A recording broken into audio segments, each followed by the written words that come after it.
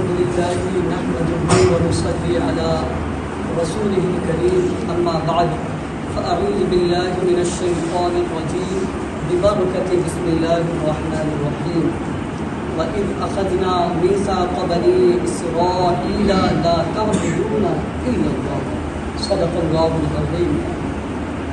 میں اپنی گفتگو کو آگے لے چلنے سے پہلے رسول پاک صلی اللہ علیہ وسلم کی محبت میں کچھ اشعار ہیں، اور وہ یہ ہے کہ آپ لوگوں کو تھوڑا بیدار کر دوں اور بتا دوں کہ یہ آج جگنے کی رات ہے. آپ لوگ یہاں بیٹھے تب بورنگ فیل نہ کریں، مطلب یہ سمجھے کہ آپ بیٹھے ہیں ہر سانس اپنے اعتکاف کی نیت سے بیٹھے گولیاں نہ ہوں، یہاں بیٹھے ہیں تو آپ کی عبادت ہی ہے.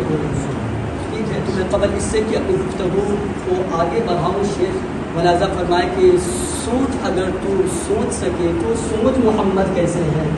بہت ایک مرتبہ سوچ اگر تو سوچ سکے تو سوچ محمد کیسے ہیں، جن کے لیے خود کعبہ جھکا سوچ محمد کیسے ہیں. اور رب نے تو محبوب کہا ہے، طٰہٰ اور یاسین کہا ہے، ان کے جیسا کوئی نہ آیا سوچ محمد کیسے ہے، ان کے جیسا کوئی نہ آیا سوچ محمد کیسے ہے.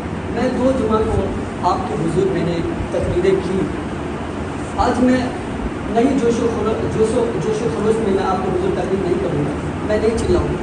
اب بالخصوص آج کی ٹاپک جو ہے مختصر ہے مگر ہمارے نوجوان کے لیے یاد رکھیے گا، کچھ دیر کی ہی گفتگو ہوگی. رب ارشاد فرماتا ہے، میں نے ابھی جس آیت کریمہ کو سرنامہ کلام کی حیثیت سے پڑھا ہے، اس کا لب لباب یہی ہے کہ اے محبوب آپ فرما دے، یعنی وَإِذْ أَخَذْنَا مِيثَاقَ بَنِي إِسْرَائِيلَ لَا تَعْبُدُونَ إِلَّا اللَّهَ. جب بنی اسرائیل، آپ مفہومی ترجمہ یہ لے لیں، ایک دم شارٹ میں لے لیں کہ اللہ تبارک و تعالیٰ اپنی عبادت و ریاضت کے بعد، اے نوجوانوں تھوڑا اپنے قلب سے کی کانوں سے سننا، رب اپنی عبادت و ریاضت کے بعد فرماتا ہے وَبِالْوَالِدَيْنِ إِحْسَانًا، یعنی ماں باپ کے ساتھ حسن سلوک کرو. یہ میری آخری نصیحت ہے.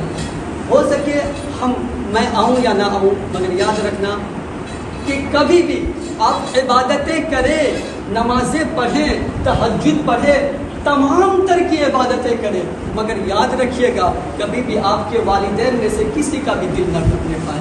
میں جمعہ میں کہا تھا نا کہ وہ قیامت کا دن ہوگا، نفسی نفسی کا عالم ہوگا. ایک شخص بہت بڑا نیک ہوگا، اللہ تبارک و تعالیٰ کی جانب سے اسے جنت کی بشارت دے دی جائے گی. وہ شخص جنت کی طرف جا رہا ہوگا مگر نظر آئے گی اے شخص رک، اسے جہنم کی طرف گھسیٹ کر پھر لے جایا جائے گا. کیا ہوگا؟ اس کی چٹھی میں لکھی ہوگی ایک بات کہ انہوں نے زندگی میں، پوری زندگی میں صرف ایک مرتبہ انہوں نے اپنے باپ کو کڑی آواز سے، بلند آواز سے انہوں نے بات کہی تھی، ڈانٹا تھا. میرے بھائی نوجوانوں یاد رکھنا، صرف ایک مرتبہ.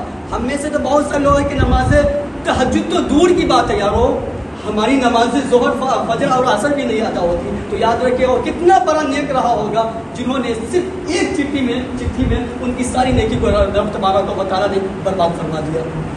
یاد رکھیے گا کل کی رات تھی، میرے والد سے میری کچھ ہو گئی، وہ بھی ایسا نہیں کسی جائیداد یا پیسے ان سب چیزوں کے ریلیٹڈ نہیں، نماز کے متعلق سے میرے والد صاحب سے تھوڑا سا مطلب یہ ہو گیا. واللہ بتاتا ہوں اللہ تبارک و تعالیٰ ان اللہ علی کل شیء قدیر ہے، علیم بذات الصدور ہے میرے یاروں، ہے نا. وہ دل کے دھڑکنوں سے واقف ہے. ہم بولتے ہیں اس سے پہلے میرا رب جان جاتا ہے. میں آج نماز ظہر میں نے خوب ٹوٹ کر میں نے رویا. نماز عشاء مغرب میں بھی میں نے خوب رویا ہے. کیوں ہوتا ہے؟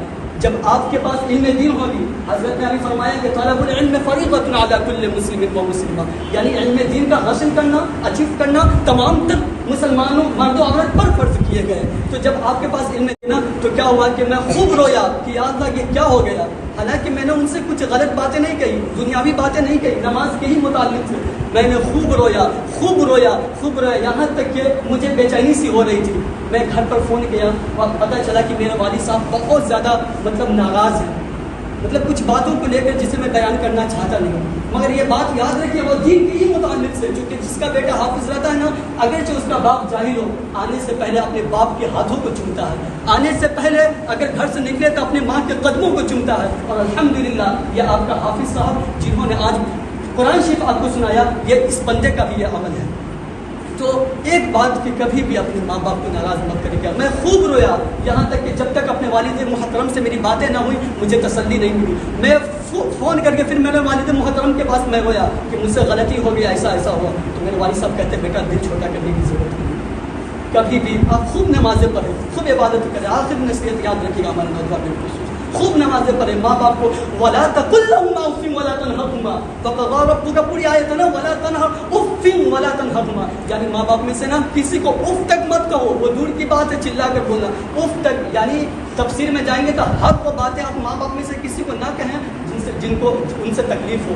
دیکھیں نا یہ چہرے مرجھا جاتے ہیں، یہ ہڈیاں یہ ساری کمزور پڑ جاتی ہیں صرف آپ کو جوان کرنے کے لیے. اور آپ کہتے ہیں کہ آپ نے میرے لیے کیا کیا ہے.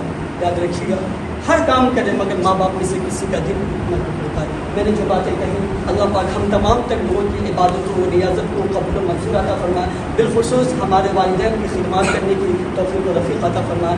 میں نے جو باتیں کہیں اس میں کسی بھی طرح سے غلطیاں ہو گئی تو میں توبہ کرتا ہوں. استغفر اللہ ربی من کل ذنب واتوب الیہ وما علینا الا البلاغ. السلام علیکم.